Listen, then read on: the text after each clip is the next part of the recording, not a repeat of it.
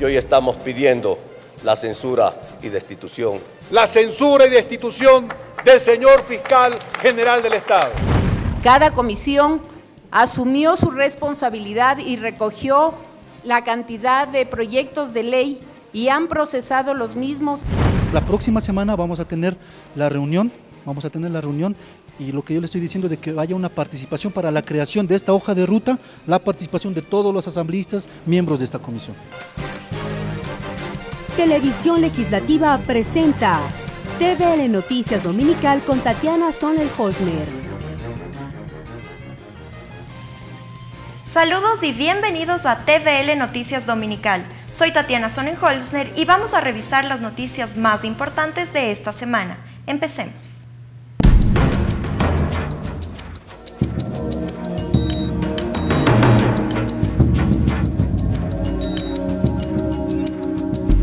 Juicio político. El Pleno de la Asamblea Nacional censuró y destituyó a Carlos Vaca Mancheno del cargo de Fiscal General del Estado. Los asambleístas afirmaron que Vaca incumplió funciones por difundir el audio de una conversación entre Carlos Polit y José Serrano sin previa judicialización. El expediente del juicio será remitido a las instancias pertinentes para que determinen responsabilidades administrativas y penales de ser el caso. Y hoy estamos pidiendo la censura y destitución. La censura y destitución del señor fiscal general del Estado. Porque él no se merece estar en el cargo. Fue la decisión de 128 legisladores. Carlos Vaca Mancheno fue censurado y destituido del cargo de Fiscal General de la Nación. Durante el debate, en el que intervinieron dos asambleístas representantes de cada bancada, los legisladores defendieron el proceso de sustanciación del trámite que se aplicó en la Comisión de Fiscalización, así como el rol de la Asamblea Nacional. Como presidenta encargada de esta comisión, y fiel a la transparencia que siempre ha caracterizado mis actos. Tanto es así que el fiscal no puede negar que su derecho a la defensa, que la presentación de las pruebas, que los tiempos, que las notificaciones efectivamente se cumplieron. Reiteraron que el fiscal incumplió funciones al haber difundido el audio de la conversación entre el excontralor Carlos Polit y el expresidente de la Asamblea Nacional José Serrano sin haberlo judicializado, y que este acto respondió a intereses personales. Y eso lo llevó a generar un conflicto de intereses y superponer sus criterios personales sobre la institucionalidad de la Fiscalía. La asambleísta Carla Chávez rechazó que en su intervención el fiscal se refiriera a temas de seguridad en la frontera y que aún quedaron respuestas inconclusas. Ha calificado a ciertos legisladores como clientes frecuentes de la Fiscalía, aunque nos dejó con las ganas de saber quiénes son. Los legisladores resolvieron también emitir el expediente a las autoridades competentes para que sean ellas las que determinen responsabilidades administrativas y penales a las que hubiere lugar. Los asambleístas que se abstuvieron a la votación fueron 3: Silvia Salgado, Julio César Quiñones y Guadalupe Salazar. Lorena Espinosa, TVL Noticias. Carlos Vaca Mancheno defendió sus 11 meses de gestión al frente de la Fiscalía General del Estado. El exfuncionario ejerció su derecho a la defensa en el Pleno de la Asamblea Nacional dentro del juicio político en su contra. Alrededor de 1 hora y 45 minutos tomó Carlos Vaca Mancheno en ejercer su derecho a la defensa dentro del juicio político en el Pleno de la Asamblea Nacional. De acuerdo a la ley de la función legislativa, podía utilizar hasta 3 horas. Al fiscal general del Estado lo llaman a juicio tomando los argumentos del expresidente de la Asamblea. Su exposición la dividió en 4 partes. La primera, denominada Eje de Transparencia y Lucha contra la Corrupción, la utilizó para detallar la creación de unidades de investigación. Se identificó a una red, a una estructura de 64 empresas fantasmas. Vaca Mancheno detalló sus 11 meses de gestión, en donde dijo se metió con el hombre más poderoso del país. Con el ex contralor Carlos Polit Fagioni. Al día siguiente de haber ordenado y dispuesto que se hagan los operativos que involucraban, entre otras personas, al propio excontralor, apareció su abogado a decir que era por un informe del 30S. Y cuestionó el informe de la Comisión de Fiscalización. El informe está diciendo que yo tenía que haberme quedado callado y debía haber esperado, que haber hablado significaba atentar la institucionalidad del país. En el último punto, Carlos Baca habló sobre la transformación de la dinámica del narcotráfico. Expuso la situación en los 580 kilómetros en la frontera norte. Dijo que hay 27 pasos irregulares en el límite entre Nariño, Esmeraldas hasta Putumayo y que están identificadas 9 estructuras criminales y alrededor de 76.000 hectáreas de cultivo de hoja de coca. Una sola tonelada de cocaína podría representar miles, millones de dólares. Mancheno concluyó su primera intervención sin revelar los nombres de quiénes serían los clientes de la Fiscalía, como lo anunció durante una entrevista a inicios de semana. Ricardo Bravo, TVL Noticias. Los asambleístas Henry Cucalón y César Carrión señalaron que Carlos Baca Mancheno perdió la confianza para ejercer el cargo de fiscal general de la Nación. Los legisladores intervinieron como interpelantes dentro del juicio político. El primer asambleísta interpelante fue Henry Cucalón, del Partido Social Cristiano. Señaló que tras la exposición de Carlos Baca Mancheno, no se aclaró la participación de este en la comisión que investigó los hechos del 30 de septiembre del 2010. O rescatamos la Fiscalía y su institucionalidad de las manos de una persona que puede practicar hasta chantajes y es un contumaz violador de la ley, o dejamos que la siga presidiendo quien la avergüenza y no la representa. Cucalón rechazó la insinuación sobre que la Asamblea Nacional formaría parte de un complot. Y repudio que un descalificado y descarado haya pretendido ofender al Parlamento Nacional y a sus integrantes. Y afirmó que la gestión de Carlos Baca puso en tela de duda la institucionalidad de la Fiscalía General del Estado. Así que disculpas con piola a otra esquina. Luego fue el turno del segundo interpelante, el asambleísta César Carrión. Él se refirió a los cargos que ocupó Carlos Baca Mancheno durante el gobierno del expresidente Rafael Correa. Y ha pasado desfilando por varios ministerios en la gestión política, un experto, asesor político y jurídico. De acuerdo a la norma legal, Baca Mancheno tuvo 1 hora para responder a la interpelación. Primero respondió a Carrión e insistió en que el juicio político se basa en las declaraciones que brindó en una rueda de prensa. Y en el informe de todas las pruebas dicen, es inconducente, no vale, no sirve, no funciona, no prueba incumplimiento, no prueba, no podemos valorar esto, Y dice que lo único que sí es probado y que está totalmente probado y es incontrovertido es que hubo la rueda de prensa. Carlos Baca finalizó señalando que las pruebas presentadas no son materia del juicio político. Ricardo Bravo, TVL Noticias.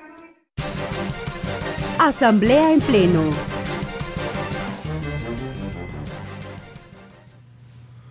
Esta semana el Pleno de la Asamblea Nacional conformó la Comisión Ocasional de Seguridad Fronteriza, que será la encargada de tramitar leyes para fortalecer la seguridad en la zona de frontera entre Ecuador y Colombia, ante los sucesos evidenciados en los últimos meses.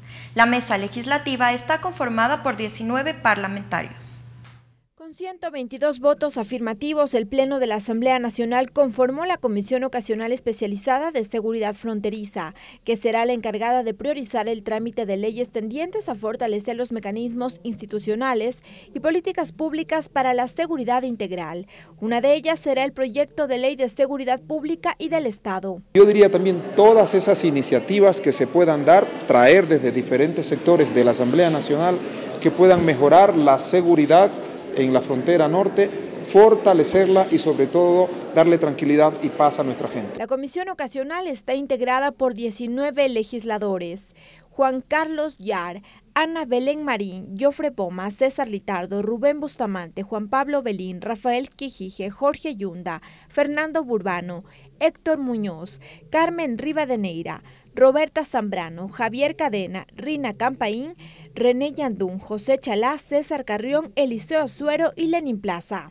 Los legisladores consideran que ante la situación de inseguridad que se vive en la frontera, urge trabajar en la zona. Por ello, el asambleísta Eliseo Azuero ya tiene una propuesta. Cuerpo de la seguridad no solo es temas relacionados con cuántos policías y cuántos militares deben estar en la frontera, la seguridad tiene que ver mucho con la capacidad que tiene la gente de resolver sus problemas económicos, sociales, culturales. De su parte, la asambleísta de Esmeralda, Roberta Zambrano, asegura que deben reunirse de inmediato con las autoridades de diferentes carteras de Estado para conocer el trabajo implementado en la zona fronteriza. La primera reunión que tenemos que hacer es precisamente con el ministro del Interior, el ministro de Defensa, la ministra de Relaciones Exteriores, Armada Nacional, Policía Nacional.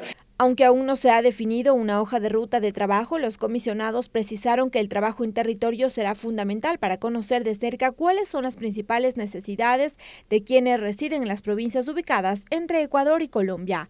Lorena Espinosa, TVL Noticias. De manera unánime, el Pleno de la Asamblea Nacional aprobó una resolución que rechaza el asesinato de la abogada Gavis Moreno, exdirectora del Centro de Rehabilitación Social Femenino de Guayaquil. El documento de 5 artículos, entre otros aspectos, exhorta a la Fiscalía y a la Policía Nacional reforzar las acciones de investigación a fin de identificar a los culpables del asesinato, así como también solicitar al Ministerio de Inclusión Económica y Social la realización de un examen socioeconómico de los 2 hijos menores de edad de Moreno, para su garantía en los derechos, en particular el de educación y vivienda. La asambleísta Mayra Montaño fue la proponente. Gaby fue una mujer muy trabajadora, madre de familia.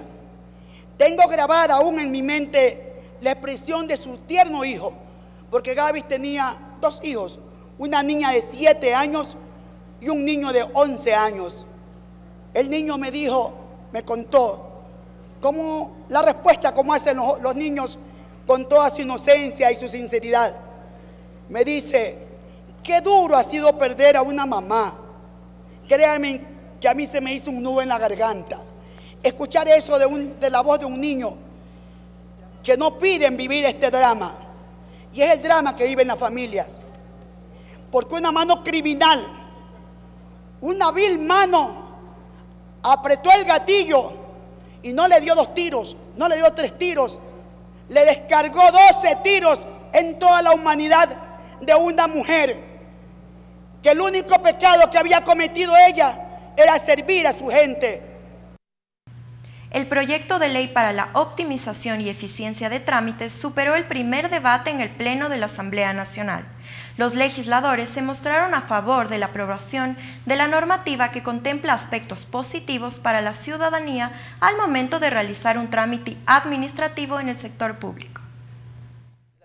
El asambleísta Pavel Muñoz, proponente del proyecto de ley orgánica de optimización y eficiencia de trámites, aseguró que se trata de una propuesta positiva para la ciudadanía, ya que busca reducir el número de trámites administrativos e implementar eficiencia y calidad en el sector público. Posiciones generales, no a la ciudadanía, sino al Estado y a sus instituciones, para que simplifiquen los trámites, pueda haber control de que eso suceda y se sancione de no ser el caso.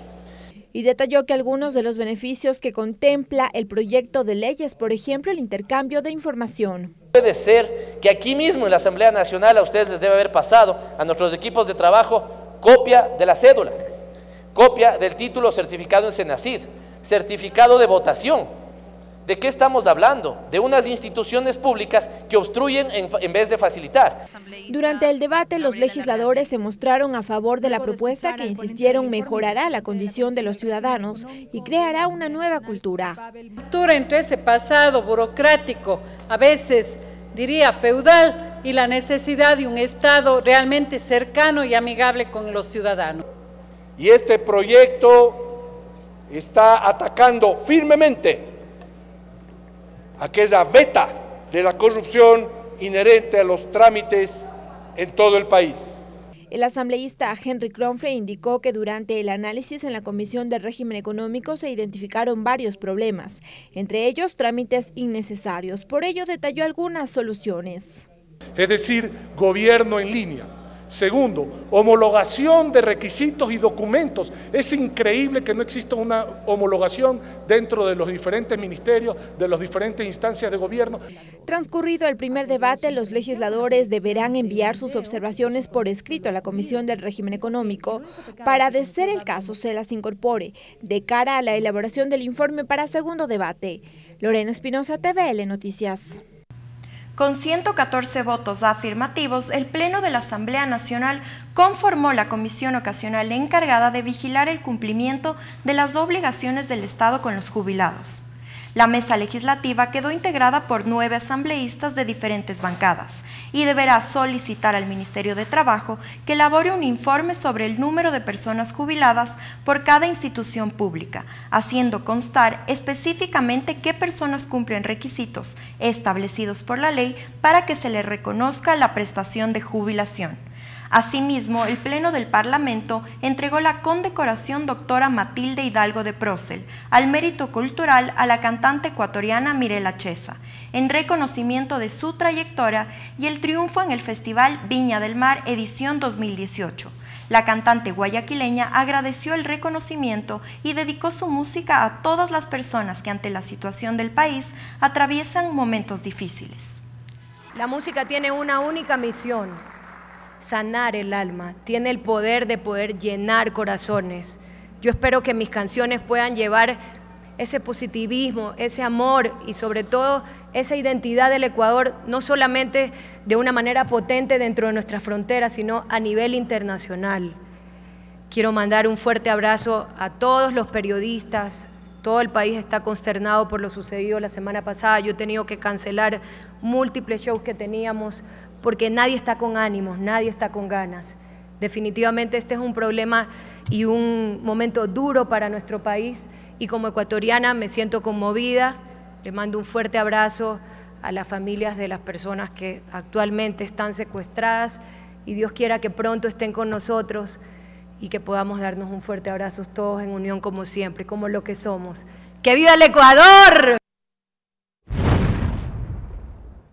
El Pleno de la Asamblea Nacional aprobó una resolución que exhorta al gobierno y a las máximas autoridades de las administraciones tributarias del Instituto Ecuatoriano de Seguridad Social y de los gobiernos autónomos para que mientras se viabilice el análisis y trámite de la ley para la remisión de deudas tributarias anunciadas por el presidente de la República, sin verse afectadas las acciones de cobro por los plazos de su prescripción, se abstengan de iniciar procedimientos de ejecución coactiva y de los procedimientos ya iniciados con la suspensión de las medidas cautelares, ordenadas dentro de los trámites coactivos que están iniciados. El proponente del documento fue el asambleísta de Loja, Raúl Auquilla, quien aseguró que la propuesta permitirá ayudar a quienes se encuentren en una situación difícil y a acceder a una moratoria para mejorar su recaudación. Hablando solamente de la remisión de intereses, multas y recargos para poder precisamente en base a esa decisión recuperar la cartera vencida. Con ello creo que despejamos cualquier duda y podemos arrancar una sonrisa a los que están siendo afectados en este momento. Regresamos con TVL Noticias Dominical luego de la siguiente pausa promocional.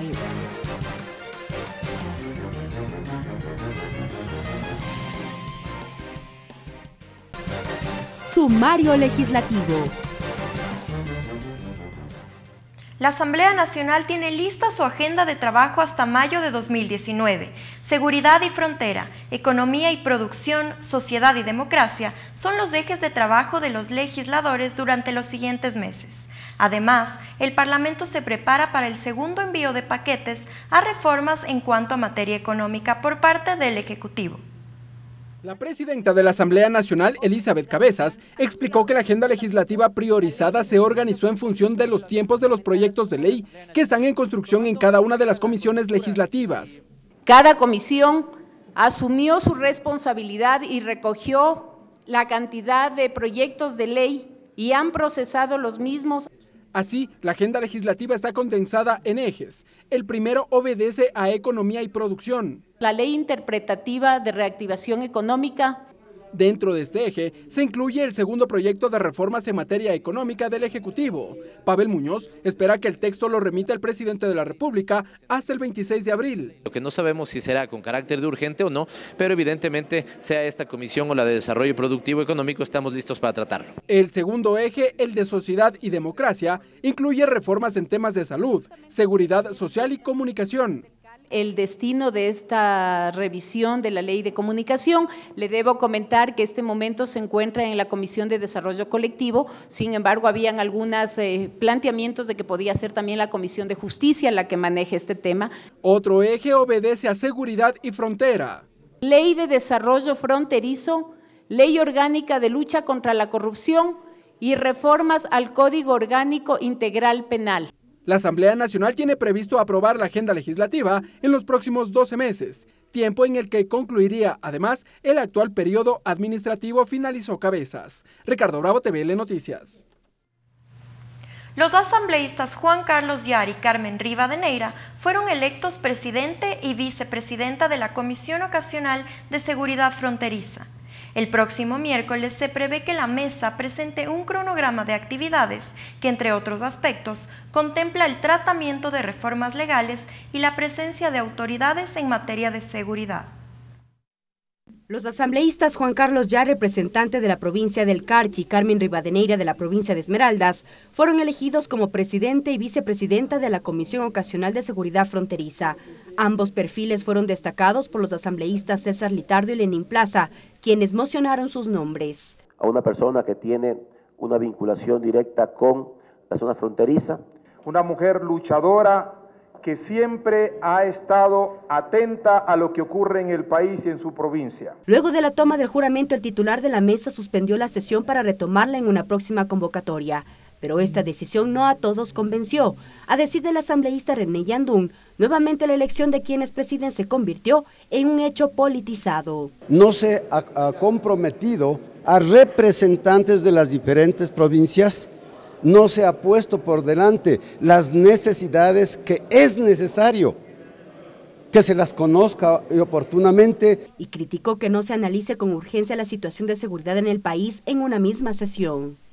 Al menos para eso era la convocatoria, pero desgraciadamente estamos comenzando mal y ojalá en el camino vayamos solucionando y remediando todos estos problemas. Ante ello, el presidente elegido, Juan Carlos Yar, aclaró que según el reglamento de comisiones, en una siguiente sesión se aborda el plan de trabajo. La próxima semana vamos a tener la reunión y lo que yo le estoy diciendo de que haya una participación para la creación de esta hoja de ruta, la participación de todos los asambleístas, miembros de esta comisión. Según la resolución del Consejo de Administración Legislativa, este órgano ocasional tendrá como función prioritaria el trámite de leyes tendentes a fortalecer los mecanismos de seguridad.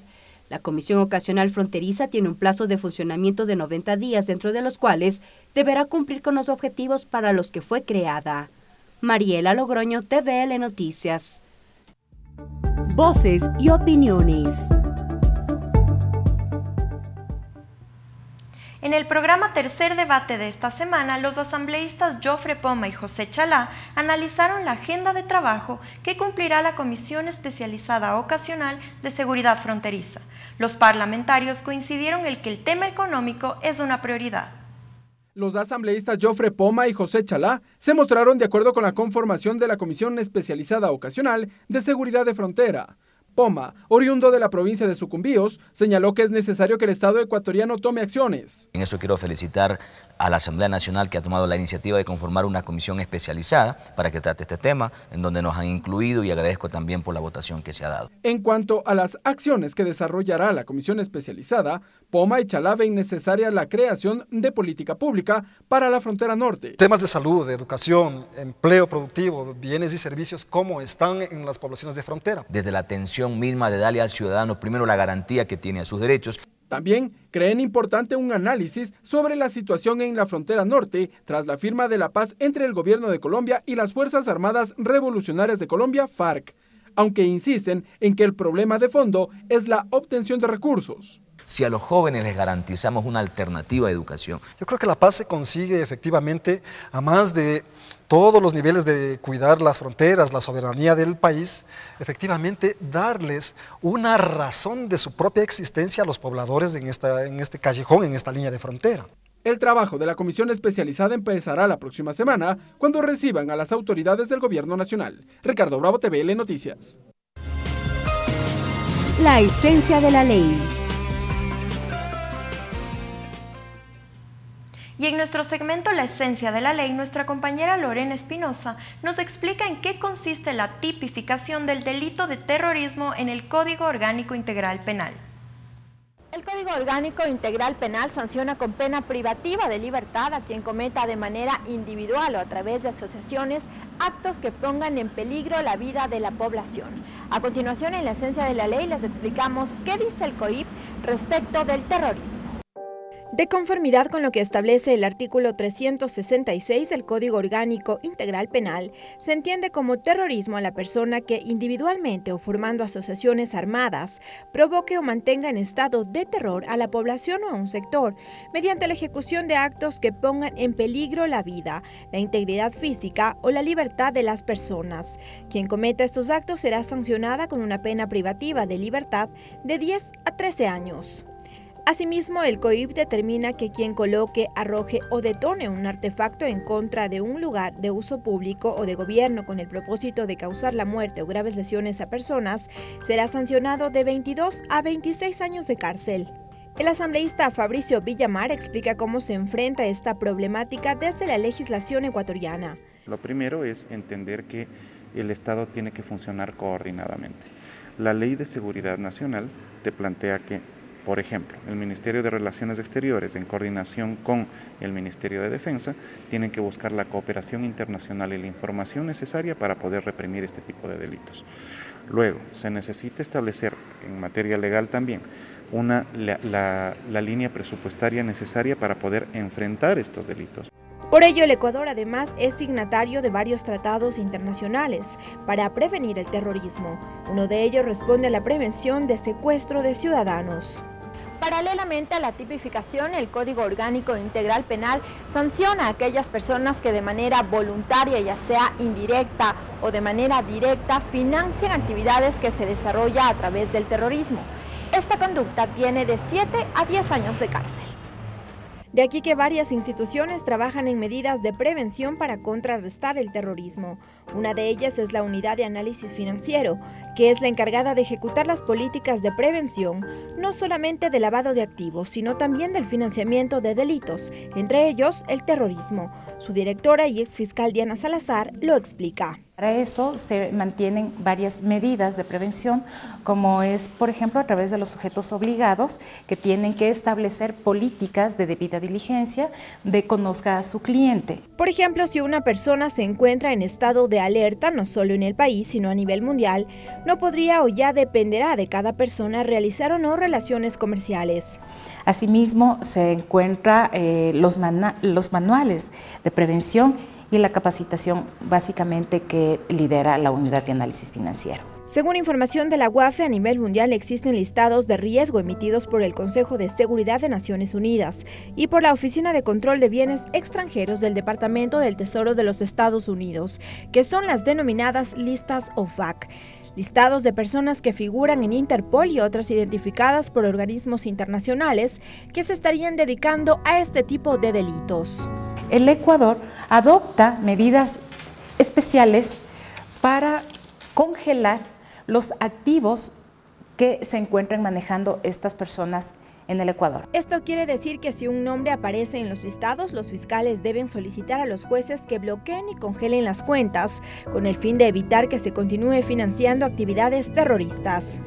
Pero el terrorismo lleva consigo consecuencias y comportamientos porque genera pánico en la ciudadanía, sobre todo en aquellos sectores que están cerca a este tipo de escenarios. El experto en análisis político Luis Verde Soto explica cuáles son las reacciones de las personas que viven el terrorismo. Para Luis Verde Soto, hablar de terrorismo en sentido sociológico es hablar de una acción organizada por parte de un grupo con diferentes fines, que busca inducir un tipo de comportamiento en la sociedad. Manejar el terror como una forma que induce a procedimientos, induce a comportamientos, induce a reacciones, induce a posiciones, ¿no es verdad? Es el uso básico del terror como instrumento político, como instrumento de desarmar las normas básicas de la convivencia social, utilizar el terror como una forma de inducción de comportamientos. Sus comportamientos implican no solamente el manejo del terror, sino un conjunto de hechos complementarios que inducen al desorden público y a crear pánico en la sociedad. Puede estar acompañado con delitos económicos, puede estar acompañado con delitos de cobijo, de, por ejemplo, actividades como narcotráfico, actividades irregulares. El uso sistemático del terror para coaccionar sociedades o gobiernos se ha evidenciado a lo largo de la historia y en diversas partes del mundo. Según expertos, el terrorista es un sujeto que envía mensajes claves a un sector específico. Soy Lorena Espinosa. Hasta una próxima entrega. Y hasta aquí TVL Noticias Dominical. Gracias por acompañarnos. Hasta la próxima. Televisión Legislativa presentó TVL Noticias Dominical.